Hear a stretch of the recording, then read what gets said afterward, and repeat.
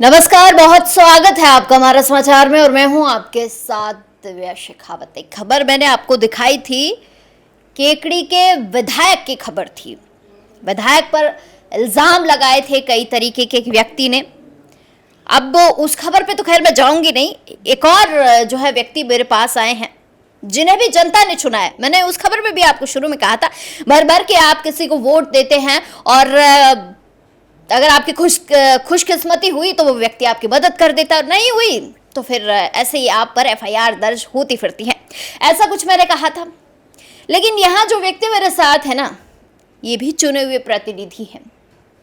पहले इनके बारे में आपको बता देती हूँ कि निवर्तमान चेयरमैन है सावर केकड़ी से विश्वजीत सिंह शक्तावत इनका नाम है।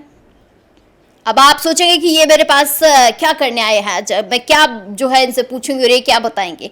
आज कई सारी तरीके की है ना पोलम पट्टी ये खोलने वाले हैं। ये जो आप कागज देख रहे हैं ना मेरे पास, ये जो तैयार किया है कागज, ये विधायक के बारे में कत्था चिट्ठा कह लीजिए, काला चिट्ठा कह लीजिए, या वो जो काम कर रहे हैं वो कह लीजिए। अब आपको जो समझना हो वो समझ सकते हैं, लेकिन आज विधायक की पोल खोल ये कार्यक्रम हो सकता है, क्योंकि ये बहुत कुछ आज बताने वाले हैं। चेयरमैन है, अब आप समझिए कि कितने सारे राज इन्होंने दफन कर रखे होंगे। और ये जो आप देख रहे हैं ना, ये सबूत हैं। जिन सबूतों को ये लेकर अपने साथ चल रहे हैं, वो सबूत जनता तक भी पहुंचाएंगे, जनता को भी दिखाएंगे। पहले वाली खबर में भी दिखाया और इस खबर में भी दिखाएंगे, लेकिन इस खबर में थोड़ा सा अलग आपको दिखाएंगे कि विधायक के ही रिश्तेदार जो है शहर पर कब्जा किए हुए हैं। विधायक के ही जो है लोगों को परेशान कर रहे हैं। चोट वसूली चल रही है, पैसा वसूली चल रही है। मतलब बेधड़ल्ले से कहेंगे कि काम हो रहा है केकड़ी के अंदर। क्या काम हो रहा है, कैसे पैसा वसूला जा रहा है, कैसे लोगों को परेशान किया जा रहा है, झूठी एफआईआर लोगों पर दर्ज करवाई जा रही है। और पता है आपको कैसे कैसे ये एफआईआर दर्ज होती है, कैसे कैसे खेल होता है, इसका एक प्रोसेस है। अगर आपने छोटा सा कुछ किया है ना, तो ये देखिए बकायदा इन्होंने लिखा है कि अगर आपने कुछ छुटपुट कुछ जुर्म कर दिया, यानी कि विधायक के खिलाफ कुछ बोल दिया, तो बस आपको 151 की जो है सजा मिलेगी, ठीक है। और अगर आपने थोड़ा सा कोई बड़ा क्राइम कर दिया तो भैया बचा नहीं सकता कोई आपको, आप पर सीधा ST/SC का मुकदमा दर्ज कर दिया जाएगा। पहले वाली खबर में भी यही हुआ था, है ना। अब अगर आपने थोड़ा सा और जोखिम लेने की कोशिश की, सामने खड़े हो गए विधायक के, तो भैया कोई नहीं बचा सकता आपको। क्या केस लगेगा पता है? सीधा लगेगा राजकार्य में बाधा डालना, हाँ, या आप पर छेड़छाड़ के मुकदमे दर्ज हो जाएंगे। इस तरीके का ये प्रोसेस है पूरा। कम, ज्यादा और ज्यादा, मतलब आपके लिए सजा डिसाइड कर रखिए भैया, तुम कौन सी सजा लेना चाहते हो तो वो खुद से ही चुन लो। अब आप समझिए कि केकड़ी के अंदर क्या चल रहा है। मैं नहीं कह रही हूं कि आपको ये लगेगा कि ये मन घड़ंत बातें जो मैं अपने जहन से निकाल रही हूं, नहीं भैया, मैं नहीं कह रही हूं। ये खुद जो है चेयरमैन साहब आपके सामने सच बताएंगे। सच कहां से शुरू होगा इन्हीं के मुंह से जान लेते हैं। विश्वजीत जी, बहुत स्वागत करूंगी इस पोल खोल कार्यक्रम में। मुझे ये बता दीजिए कि आप पर भी मैंने सुना है कई सारी एफआईआर दर्ज हुई हैं, लेकर आए हैं एफआईआर। एक एफआईआर आप पर दर्ज हुई है, क्यों हुई, किस लिए हुई, सारा घटनाक्रम एक बार बताइए। दरअसल क्या है मैम, हमारे क्षेत्र में जो कि एक बहुत शांतिप्रिय क्षेत्र है, चैन और अमन की जहाँ बांसुरियाँ बजती है, जहाँ कहीं दूर दूर तक अपराध ठहरता नहीं है, उस क्षेत्र में माननीय विधायक महोदय ने जब से ये विधायक चुनने गए हैं तब से इन्होंने अराजकता का और अपराध का माहौल बना के रखा हुआ है। इनको अपने कार्यों में, जो कि पूर्ण रूप से अवैध है, बजरी, अवैध रूप से ओवरलोडिंग, पत्थर, अवैध माइनिंग, इस प्रकार की अवैध गतिविधियों को इनको संचालित करने के लिए ये अपने हिस्ट्री सीटर साथियों को और अपने पाले हुए गुर्गों को आगे रखते हैं। यदि कोई व्यक्ति क्षेत्र से इनकी कोई खिलाफत करता है तो वो सज़ा उसके लिए तय है। जैसा कि आपने बताया, बिल्कुल सच बात है। थोड़ा सा इनके खिलाफ बोलो तो 151 में बंद कर दिया जाता है, थोड़ा ज़्यादा बोल दो तो ST/SC का मुकदमा दर्ज कर दिया जाता है।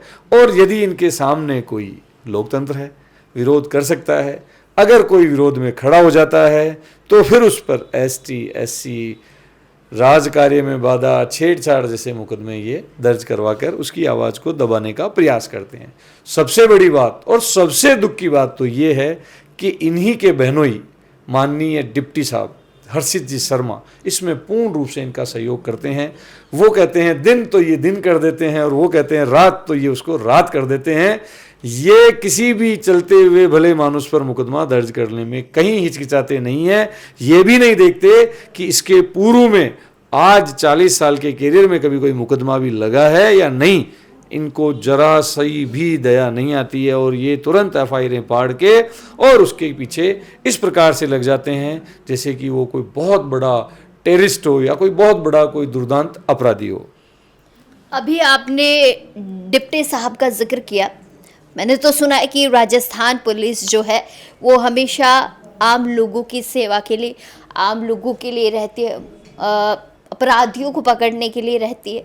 आम लोगों को पकड़ के थाने में डालने के लिए थोड़ी रहती है पुलिस। मैम वो रिश्तेदारी निभा रहे हैं जी, वो पूर्ण रूप से रिश्तेदारी निभा रहे हैं। देखिए आप, वैसे तो पुलिस का स्लोगन भी है अपराधियों में डर और आमजन में विश्वास, लेकिन ये स्लोगन जैसे ही पुलिस मुख्यालय जयपुर से सावर में पहुंचता है तो केकड़ी विधानसभा क्षेत्र आते ही ये उल्टा हो जाता है। अपराधियों में विश्वास और आमजन में डर, यही हमारे माननीय डिप्टी साहब हर्षित जी शर्मा चाहते हैं और वो कार्य भी इसी प्रकार से करते हैं। इनका यह करना उनकी मजबूरी ही नहीं है। डिप्टी साहब भी इसमें माल कमा रहे हैं क्योंकि अवैध रूप से जो बजरी चल रही है उसमें डिप्टी साहब भी तो हिस्सेदार हैं, उनको भी पैसा मिल रहा है। तो सावर क्षेत्र में अवैध रूप से जो भी बजरी की गतिविधि होती है या वैध रूप से होती है, दोनों में ही मैं तो कहूँ एक व्यक्ति दो मुखौटे पहनकर एक ही समय में कैसे कार्य कर सकता है। वेद भी यही चला रहे हैं और श्रीमान जी अवैध भी यही चला रहे हैं। अब पूरा प्रशासन इसी कार्य में लगा हुआ है कि माननीय विधायक महोदय की बजरी को कहीं से कोई डिस्टर्ब नहीं करे और वो बजरी यथास्थान से अवैध रूप से वैध रूप से जैसे भी निकल कर पहुंच जाए और रात को पैसा डिप्टी साहब के घर और सुबह पैसा एमएलए साहब के घर। मतलब लूट सको तो लूट लो भाई, जितना माल मिले। राम नाम की लूट है मैम, ये मेघराज सिंह के नाम की लूट है, जितनी लूट सकते हो लूटो, ये चल रहा है। एक बात बताइए, आपने यहाँ लिखा अवैध बजरी माफियाओं को बढ़ावा है, किसानों को परेशानी, आए दिन ट्रैफिक जाम की समस्या आपने लिखी, उस पर तो ध्यान नहीं है। मैम बिल्कुल भी ध्यान नहीं है। अवैध बजरी माफियाओं ने आम किसान का जीना दुश्वार कर रखा है। आम किसान अपने खेत पर जाने से पहले डरता है, अपने कुएं पर जाने से पहले डरता है। उसके बच्चे, उसके परिवारजन खेत पर नहीं जा सकते। उन बजरी माफियाओं का डर उन्हें रात दिन सताता रहता है। उल्टा उन्हीं किसानों के खिलाफ मुकदमे दर्ज किए जाते हैं। पहले तो उनको वो बजरी माफिया पीटते हैं, उसके बाद पुलिस उठा के लेके जाती है। पुलिस भी उन्हीं किसानों को पीटती है और मुलजिम भी उन्हीं को बनाया जाता है। आए दिन ये वारदातें लगातार क्षेत्र में होती जा रही है मैम, और आम किसान मजबूर है, बेसहारा है और वो कुछ कर नहीं सकता। आपने एक जिक्र भी किया है कि मार्बल और ग्रेनाइट की क्या अवैध जो है यहाँ से कहीं और ले जाया जा रहा है, क्या कुछ है वो मामला? मैम दरअसल क्या है, सावर क्षेत्र से बहुत बड़ी मात्रा में ग्रेनाइट और मार्बल का उत्पादन होता है। इन दोनों उत्पादन से बहुत बड़ी रेवेन्यू सरकार को मिलती है, मिलनी भी चाहिए। लेकिन इस रेवेन्यू में माननीय विधायक महोदय अपना सरचार्ज जोड़ते हैं, वो है 500 रुपये टन। और इस 500 रुपये टन की वसूली के लिए माननीय माइनिंग इंजीनियर महोदय मनोज जी तंवर और डीटीओ साहब प्रमोद जी लोढ़ा, वो भी इसमें उनका सहयोग करते हैं। ओवरलोडिंग में मिलने वाला हिस्सा कटता है और फिर बढ़ता है। आपको पता है आप जो आरोप लगा रहे हैं वो एक विधायक हैं, एक पद पर आसीन है और काफी वोट उन्होंने लिए जनता के, जनता पर एक जनता का भरोसा जीता होगा, कहीं उसके बाद कहीं जाकर एक पद पर आसीन हुए होंगे, क्योंकि जनता सबूत मांगती है, जनता चाहती है कि आप वो सबूत दिखाएं कि ऐसा ऐसा हुआ है और ऐसा ऐसा हो रहा है। बातें कोई भी किसी के लिए भी कर सकता है। कल को जो है आप ही के लोग उठकर आकर कह दें कि जो है चेयरमैन साहब झूठ बोल रहे हैं, आप क्या दिखाएंगे जनता को? सबूत है आपके पास इस चीज के? जी मैम, अब तक जो उन्होंने झूठी एफआईआर कई लोगों के खिलाफ की है, वो सारी एफआईआर इकट्ठी मैंने की है। यहाँ तक कि उन्होंने पुलिस वाले को भी नहीं छोड़ा। अगर किसी पुलिस वाले का जमीर जाग गया और उस जमीर जागने के बाद अगर पुलिस वाले ने भी विरोध करने का प्रयास किया तो उसको भी मैडम मुलजिम बनाया गया है। मैं उनकी भी FIR लेके आया हूँ। मेरी यहाँ तक कि मेरे वकील साहब भी, मान लो अगर मेरे लिए कोर्ट में खड़े होते हैं तो उनके खिलाफ भी SC/SC का मुकदमा दर्ज है। जो आएगा उसको ही जो है टारगेट कर दिया जाएगा, आओ और थप्पी खा के जाओ। बिल्कुल, अगर आओगे शत्रु गौतम के खिलाफ, शत्रु जी गौतम, शत्रुघ्न जी गौतम के खिलाफ अगर एक नारा लगाया तो 151, अगर डट के नारे लगा दिए, कहीं विरोध प्रदर्शन कर दिया तो ST/SC थोड़ा और ज्यादा कर दिया। मैडम ये फिक्स है, ये फिक्स फार्मूला है। मेरे हिसाब से ये सांवर के लिए अलग से संविधान बनाया गया है। सांवर निवासी कई समय से बाईपास की मांग कर रहे हैं। मैं बाईपास की मांग तथ्यात्मक रूप से रिपोर्ट पेश कर सकता हूं कि जायज मांग है।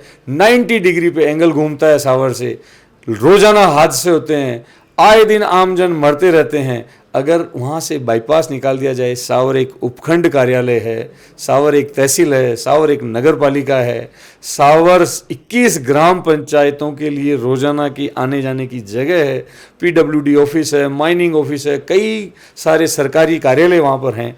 तो अगर आमजन वहाँ रोजाना आता है और वहाँ अगर बाईपास दे दें तो क्या बिगड़ता है। लेकिन चूंकि विधायक महोदय यहाँ चूक हो गई और उन्होंने यहाँ पर जमीनें नहीं खरीदी, वरना सरवाड़ में उन्होंने पहले से जमीनें खरीद ली, बाईपास दे दिया। गुड़गांव में उन्होंने जमीनें खरीद ली, बाईपास दे दिया। केकड़ी में भी उन्होंने जमीनें खरीद कर रखी है, फरोख्त कर रखी है, तो उन्होंने वहां भी बाईपास दे दिया। लेकिन सांवर में वो खरीदने से चूक गए, इसलिए अब वो वहां पर बाईपास नहीं देना चाहते। मैंने सुना है PWD और नगर पालिका को जो है एक कर रखा है। दो जो अलग अलग अब विभाग कह लीजिए, दोनों ही अलग अलग है बिल्कुल ही। नगर पालिका अपना काम करती है, PWD विभाग अपना काम करता है। उन दोनों को एक करने के पीछे क्या मंशा थी, क्या कुछ अच्छा करना चाहते थे, क्या था, ये बताइए जरा एक बारी। मैम दरअसल क्या है कि अभी नगर पालिका के सारे, हमारे वहाँ पर 4 नगर पालिका क्षेत्र हैं, चारों में ही अभी वर्तमान के अंदर जो चेयरमैन हैं वो पोस्ट वेकेंट है, क्योंकि अभी चुनाव नहीं हुए। अब वहाँ पर प्रशासक लगा दिया गया है, लेकिन उस प्रशासक पद पे रहते हुए कोई अधिकारी इनका कोई भला नहीं कर सकता। तो इन्होंने PWD विभाग के JN को पकड़ रखा है कि भाई तेरे अगर मैं अंडर में काम दिलवाता हूं तो तू मेरे को क्या कमीशन दे सकता है कि साहब जैसा आप कहो। जबकि नगर पालिका स्वतंत्र निकाय है, सुप्रीम कोर्ट का भी सख्त नियम है कि नगर पालिका का कार्य बिल्कुल अलग है, वो स्वतंत्र निकाय है और वो अपना काम स्वतंत्र रूप से कर सकती है। लेकिन उसके बावजूद भी हमारी चारों नगर पालिकाओं के लिए माननीय विधायक महोदय ने हमारे यहाँ पर जो DLB डायरेक्टर हैं उनको लिखा। DLB डायरेक्टर ने भी केवल ये लिखा जो उचित कार्रवाई नियमानुसार हो वो की जाए, लेकिन उस उचित नियमानुसार कार्रवाई को भी नीचे PWD अधिकारी को देते हुए इन लोगों ने लूट मचा रखी है, जबकि ऊपर से कोई ऐसा आदेश नहीं है। और करोड़ों के फायदे इन्होंने अब तक कर लिए हैं, जो कि मेरे पास लिखित में रिकॉर्डेड उपलब्ध हैं। ये पट्टे और एजेंट का क्या खेल है, ये PWD से कैसे जुड़ा हुआ है? नहीं मैम, ये PWD से नहीं। दरअसल क्या है कि इन्होंने नगर पालिका में वर्तमान में चेयरमैन तो है नहीं, तो इनको पता है कि लांछन अपने ऊपर लगने वाला नहीं है, तो इन्होंने अपने एजेंट बिठा दिए, गुर्गे बिठा दिए, जैसे RTO में दलाल बैठते हैं उस प्रकार से। अगर किसी को पट्टे बनाने हैं तो उनकी एक रकम तय है, आप इतनी रकम दीजिए और पट्टे बनवाइए। इसी प्रकार से इन्होंने तहसीलदार को भी बाउंड कर रखा है कि अगर 10 लाख से ऊपर की कोई रजिस्ट्री है तो आप उसको पेंडिंग रखें, मेरे से पूछें और फिर उसको 2 दिन बाद करें। और यदि वो विधायक सरचार्ज नहीं देता है तो उसको किसी भी कारणवश बताते हुए अटका के रखें। मैं एक कोई भी साधारण व्यक्ति अगर कोई भी प्लॉट खरीदता है, जमीन खरीदता है, वो चाहता है पैसे दे दिए रजिस्ट्री हो जाए। उसको अटकाने मात्र से इनको पता है कि यहाँ दर्द है और यहाँ दबाने से निश्चित रूप से अगले का मन दुखेगा तो अपन को कुछ ना कुछ मिलेगा। इस प्रकार से आत्मा को भी ये झकझोरते हुए पैसे लेने में हिचकिचाते नहीं है। जो तहसीलदार हैं वहाँ पर वर्तमान में आपसे जब मेरी बात हो रही थी तो आपने कहा कि उन पर जो है पहले से भ्रष्टाचार के क्या आरोप हैं, आप कुछ इस तरीके का बता रहे थे, वो क्या है ज़रा एक बार दर्शकों को बताइए। मैम हमारे वहाँ पे जो तहसीलदार लगी हुई हैं उनके खिलाफ भ्रष्टाचार के 2 मामले लंबित हैं।